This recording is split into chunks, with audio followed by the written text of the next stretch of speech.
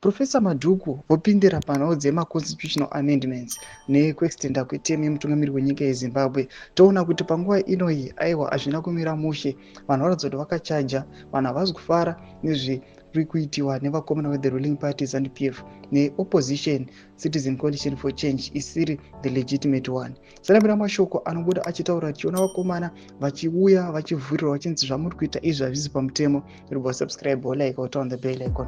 Tipinda payendo yeCITE news vanobuda nyora chiti MPs have no constitutional power to postpone elections or reform GNU.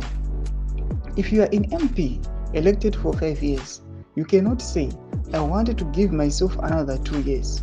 You cannot do that. It's illegally impermissible. Ndo mashoko anobuda togwa nevakomana panapa namadhuku achiti aiwa vakomana regerai zvamuri kuita, zvinoda kuti hamuna kodzero yekuti muextende matems enyu nokuda kwekuti hamuna that power. Kunyange constitution inokurambidzai kuti hamukwanisi kuti muextende the term, panenya yekuti vakomana ava vangori mapocket leaders, vanhu varingori pazvigaro vasingaseve the will yema-citizens, but kuti vangokwanise kungoluta aiwa nokungoita zvavanoda.